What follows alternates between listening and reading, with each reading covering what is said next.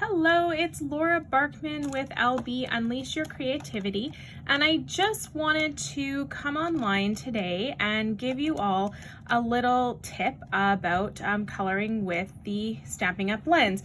I know that is something that I've been asked some questions about in the past, and I thought I'd show you. I was coloring some of these butterflies, so I have the floating and fluttering stamp set. And I have some butterflies on this side of the page here where I had used the stamp. They have these like watermark stamps where you can just stamp your ink. And I did that, and then I thought I'd like to try a little bit of coloring with the Stampin' Blends. So I did that on another set of butterflies over here, and I thought it would be interesting to show you how to color your butterfly with multiple different colors. I was going for a monarchy look here. I know it's not exactly the way the monarch butterflies look, but I did use a few different colors, and I thought that might be helpful for some people out there who were still trying to figure out how to work the blends. So today I'm using 3 colors. I am going to use the light Mango Melody, the dark Mango Melody, and the dark Pumpkin Pie. And I'm going to use all 3 of those to get the shading that I have on this butterfly over here. So the first thing I like to do is lay down an entire layer of color. And to do that, I'm using the light Mango Melody. And I am just going to color in a circular pattern all over this butterfly. I'm not being too careful to make sure that all the white spots are covered. I am being careful about staying within the lines of my butterfly, but this guy has some nice thick edges, so that is a great, it makes it really easy to stay within the lines. And I'm just gonna lay that color down entirely over the area that I want to color. So this is just giving a base, and then from here I can layer additional color on top and have a nice blending system. So the next thing I did to color this one was I took my pumpkin pie, and this is the dark pumpkin pie, and I just laid a little bit of color over that light Mango Melody where I wanted some shading around the edge, or where on a monarch we might find some of that orange. So I'm just going to do that, and I kept it fairly simple, just right along that bottom edge of everything. I went right up into the wing here, so we'll do the same thing on the other side. And again, just a small amount. I didn't want a lot of color in here. It doesn't have to be perfect. We're gonna work with the mango colors to make this blend together. And I think I'm actually gonna do, oh, I did it on the other one too. Just color these in orange.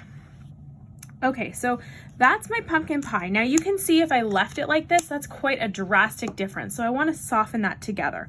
The way I'm gonna do that is to take my dark Mango Melody, and I'm going to use, I always use, there's 2 sides to the pen. I always use the fine point. You could also use the brush point if you want. I do suggest opening them away from your artwork because they can spatter. This is the brush point. So if I had a lot of area to cover, I might use this one. But I tend to color small spaces, and I tend to use the bullet point. So that's what I'm gonna use today.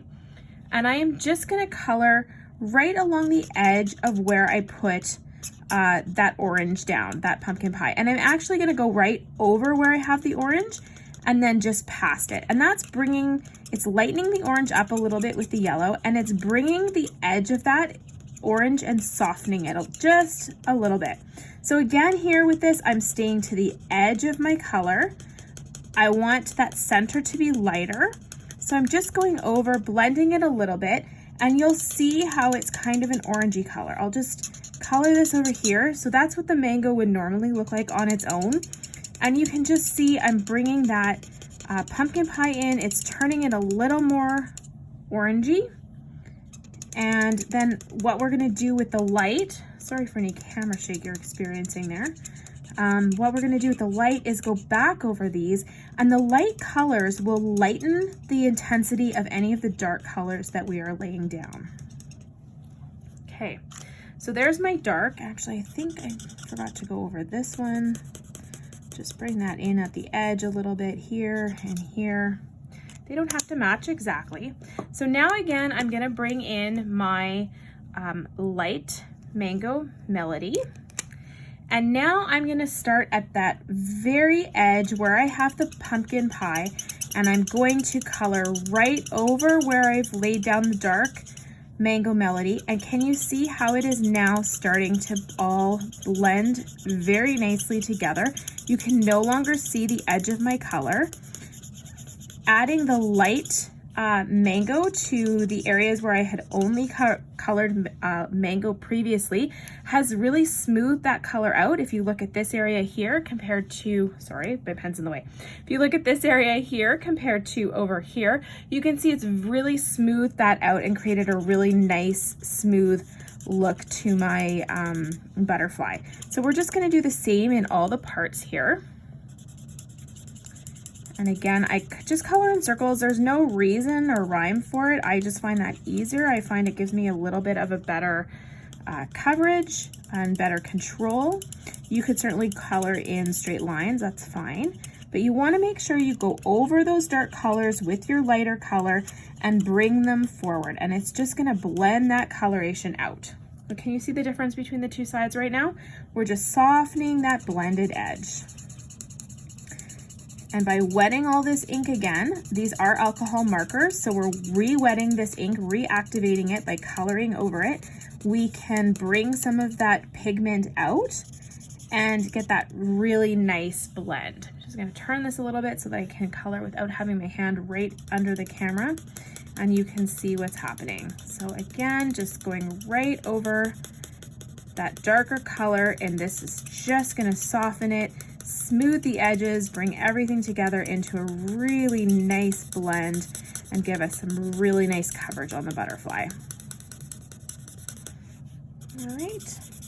Just as a reminder, you do stamp with the Memento ink when you're stamping or when you're intending to color with alcohol inks. A really great tip, and I can't remember who shared this very recently with me, but you always want a smelly item, so the alcohol markers smell, with a non-smelly ink. So this smells, this doesn't smell, these two go together. If you were coloring with watercolor pencils, you would not want to use the Memento ink because watercolor pencils don't smell, so you need a different kind of pigment ink. In that case, you would use our StazOn and color with that. But we'll do that another day. There is our finished butterfly, and just so you can see side by side, this is the dark mango, this is the pumpkin pie, and here is the light mango.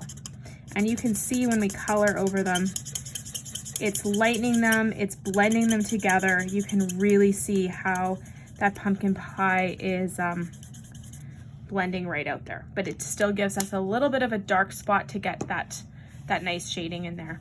So I hope that helped you guys use the blends. These are something I love. I encourage you to just go ahead and play with them. Try it on some scratch paper, stamp and play, and eventually you will get the hang of it. Thanks for joining me today. Hope this was helpful. If you ever want to get in touch with me, please do. All my contact information is on wherever you found this video. Thanks again.